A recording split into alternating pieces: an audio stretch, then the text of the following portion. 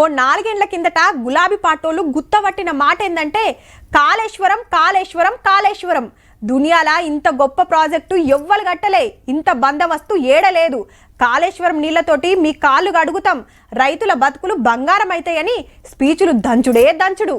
గంత గొప్ప ప్రాజెక్టు మాట ఎత్తితే ఒట్టిప్పుడు. గందుకే కాంగ్రెస్ ఎమ్మెల్యేలంతా గిట్లా అరుచుకుంటున్నారు. కాళేశ్వరం కథ అంతా బయటేసిండు చెన్నూరు ఎమ్మెల్యే వివేక్ వెంకటస్వామి సారు.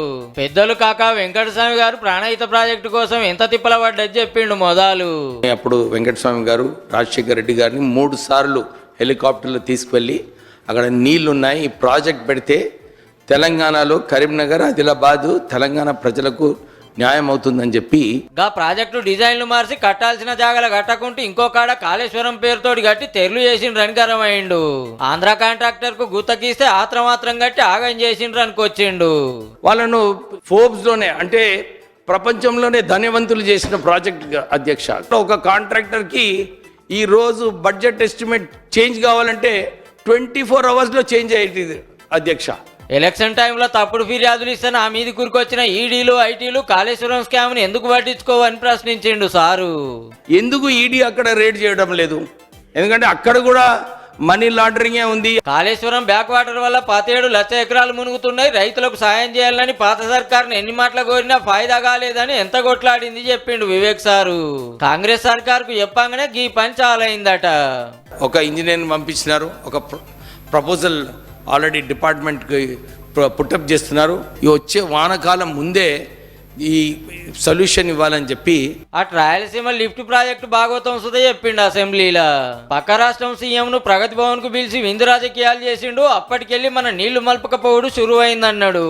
వాళ్ళు చర్చ చేసుకొని ఒక మ్యాచ్ ఫిక్సింగ్ అయినట్టు కనపడింది. తెలంగాణ ప్రాంతంలో అక్కడ జట్టి పెట్టి ఇక్కడి నుంచి ఇసుక కంకర్ అన్ని కూడా ఆంధ్రాకి దోసుకు వెళ్ళడం జరిగింది. అట్లనే గీ ముచ్చట చెప్పిండు.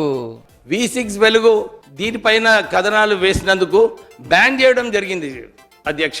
సుమారు 150 కోట్ల అడ్వర్టైజ్మెంట్స్ కూడా ఇవ్వలేదు. పెద్దపల్లి కాంగ్రెస్ ఎమ్మెల్యే విజయరమణారావు సార్ సుతా ఆర్పారార్చుకుండు పాత గవర్నమెంట్ ను.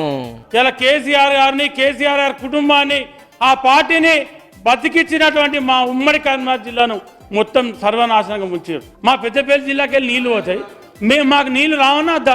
ఫస్ట్ సిద్దిపేట పోయినాయి, అక్కడి నుంచి గజ్వేల్కి పోయినాయి. ఆ 2 ప్రాంతాలలో రైతులు సస్యశ్యామలం అయితే తెలంగాణ రాష్ట్రం మొత్తం రైతులందరికీ నీళ్ళు వచ్చారు. మీ దృష్ట్యా మేడిగడ్డను చూస్తానికి పోయిన వాళ్ళని కేసీఆర్ గారు తిట్టిండు కదా. మీరు అధికారంలో ఉన్నప్పుడు ఏం తిట్టాను మీరు అక్కడికి? మా ఏరియాలో ప్రాజెక్టు కట్టి మాకు నీళ్ళు ఇవ్వకపోవడం ధర్మమేనా అని ప్రశ్నించిండు ధర్మపురి ఎమ్మెల్యే లక్ష్మణ్ సారు. మీ ప్రాంతానికి సిరిసిల్ల, సిద్దిపేట, గజ్వేల్కి నీళ్ళు తీసుకెళ్ళింది తప్ప మా ప్రాంతానికి నీళ్ళు చుక్క రాలేదనే విషయాన్ని కూడా మనవి చేసుకుంటూ రామగుండం ఎమ్మెల్యే మక్కన్ సింగ్ రాజ్ ఠాకూర్ సార్ వాళ్ళ నియోజకవర్గంలో కాళేశ్వరం నీళ్ల కథ ఎట్లున్నదో చెప్పుకొచ్చిండు అసెంబ్లీలో. హైదరాబాద్కి తాగడానికి నీళ్ళు ఇస్తున్నాం, మొత్తం రాష్ట్రాలకి అన్ని ప్రాంతాల పంప్ హౌజులు మా దగ్గర ఉంటాయి.